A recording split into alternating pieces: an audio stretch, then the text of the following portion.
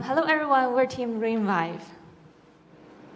My name is Wei Di, I'm the producer and VFX artist in the team. I'm Kara, and I'm the assist producer and the environment artist. I'm Rosie, I'm the character artist. I'm JD, I'm the technical director. I'm Zoltan, I'm the programmer in this team. Our faculty advisors are Ruth and John. We are making a short animation film about an arid desert revived with the help of a Native American nature spirit. We decided to use Unreal Engine for a faster iteration time. We receive a pre-designed package from a previous team, and then we'll make one for a future team. Next, I will show you a short moment from our film. It's not done yet, it's only 60% done, but you can get the magical feeling.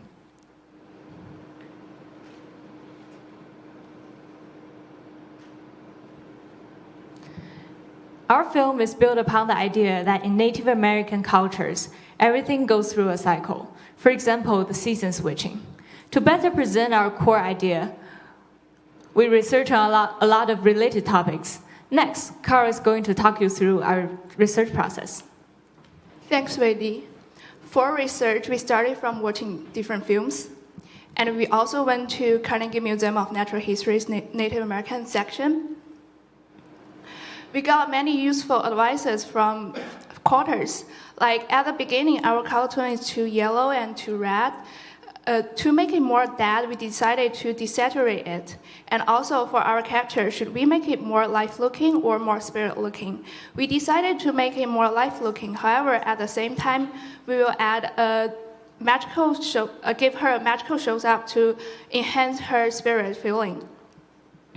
However, our biggest concern is cultural offense. Then we start reaching out to experts. We shooted many emails to many indigenous experts. Luckily, we got Ben. Ben is the associate registrar at the Navajo Nation Museum in Window Rock, Arizona, and he's a Navajo. We made an online meeting with him and keep connecting with him through emails. He's really excited about what we are doing and really gave us many good advices. He liked many ideas we have and told us to follow it. For example, do sell the idea that circle of life, because this represents Native Americans' philosophy perfectly that everything goes through a circle. For example, season changing or weather changing, or from death to a new birth.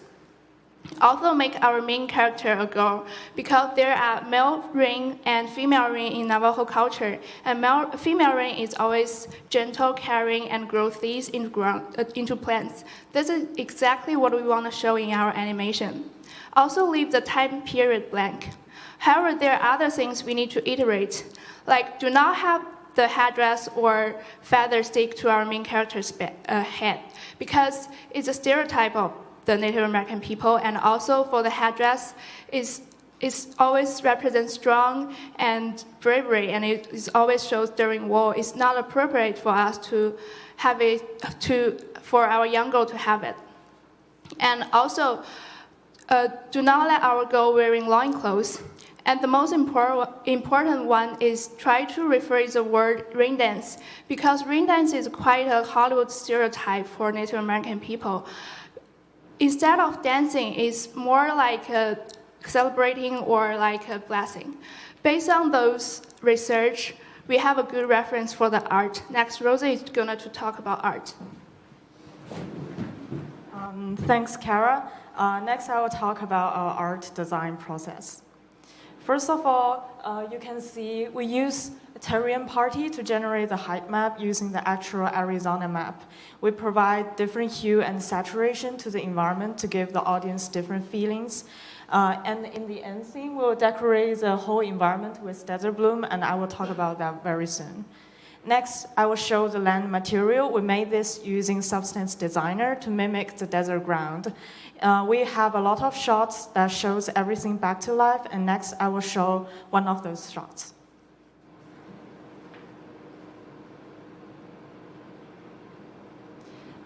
Next, I will talk about desert bloom. Most people think that in desert we only have like cactus and sands, but actually this kind of beautiful flowers normally grow in desert. They usually grow in spring, and we will have these in our final scene.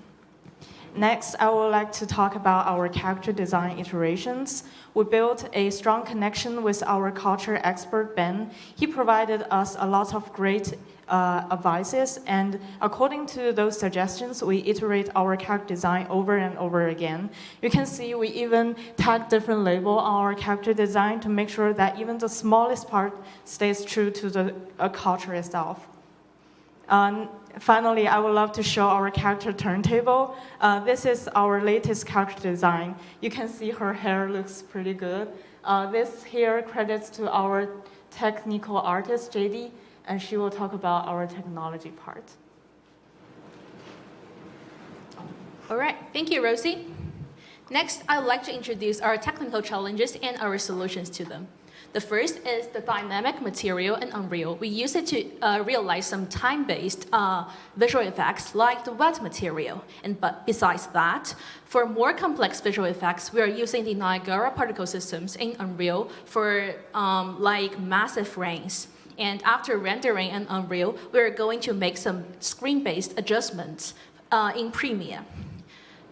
Besides, we will need to handle physical simulation in our close-up shots. Hair is handled by XGen in Maya and the Niagara hair groom in Unreal. And cloth is handled by the Apex clothing embedded in Unreal. And for fluid simulation, we're using Houdini and then export them into Unreal. Another challenge is our animation. We're using both keyframe animation and motion capture. For facial expressions and plants in the environment, we're using keyframes. But for the overall movements, we're looking for mocap. We are trying to contact with the mocap lab in main campus, and we are hoping to get the motion capture done by the week of March 23rd. But before that, we have already started some tests. This is a motion data fetched from the mocap lab database and applied to our character. You can see it's actually working. And for the movements to be done in the lab, we are auditing two actresses who is Tahira and Amara. They are both CMU students and experts in contemporary dance and movements. We are asking them for samples of movements by the end of spring break, and based on that, we are choosing who are we going to collaborate with in the future.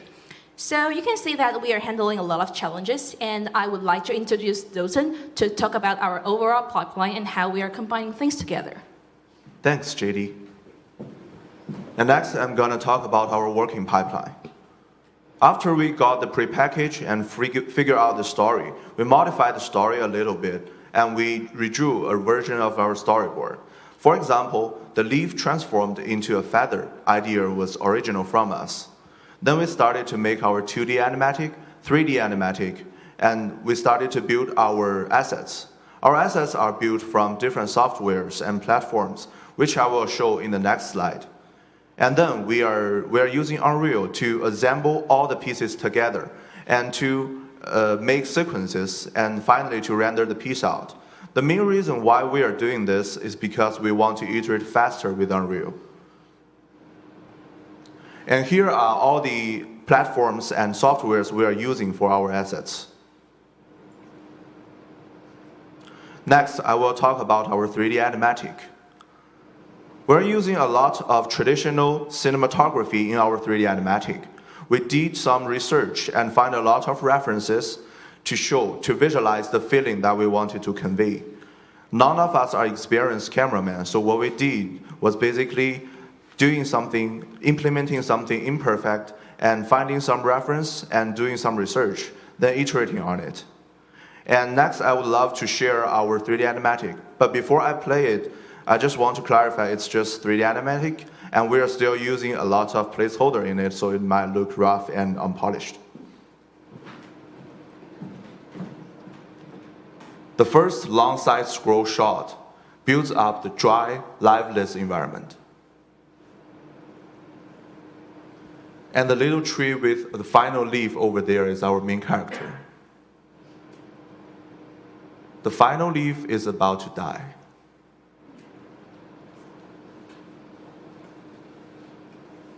it falls onto the ground.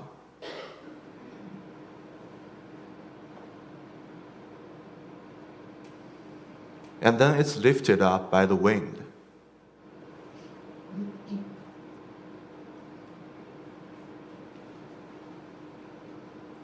The leaf transformed into a feather. Then the hand materialized. Then our spiritual girl shows up. She plugged the feather onto her prayer fan, and then waved the prayer fan to create wind.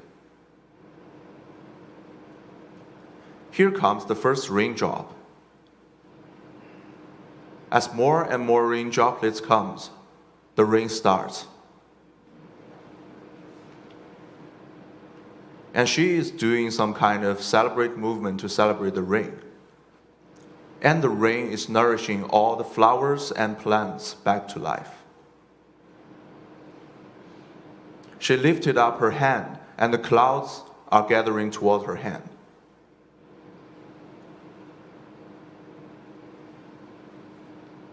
She released the feather,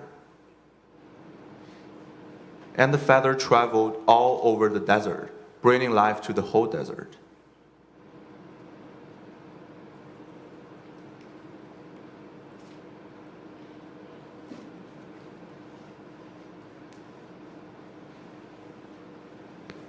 Finally, the feather went back to the original plant and transformed back to a leaf.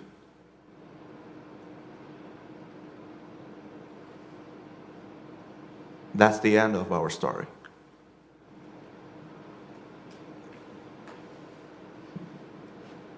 In the future, we will keep working on it and adding more and more assets and effects into it until it becomes the final production. And next, Wei Di will talk about our future plan. Thanks, Stoughton. As we receive a pre-designed package, we're also going to make one for a future team. We have been going through the whole pitch process and then settled down with the topic of a music video. The high mountain and floating water is a traditional Chinese guqin sound. It's in public domain. It's also a phrase of true friendship, to understand and to be understood. We're going to keep iterating on that during this whole semester.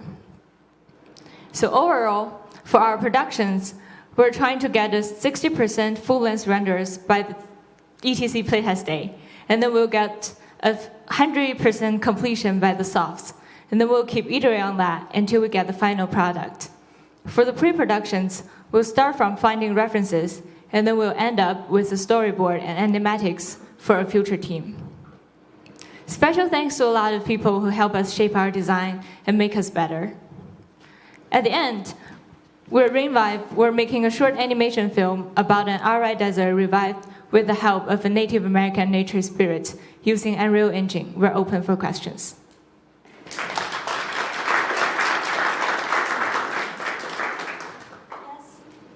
How often do you check back in or communicate with the advisor, the Navajo advisor that you contacted at the beginning of the semester? The question is how often do we contact our cultural advisor from the Navajo National Museum? It's usually once or twice a week.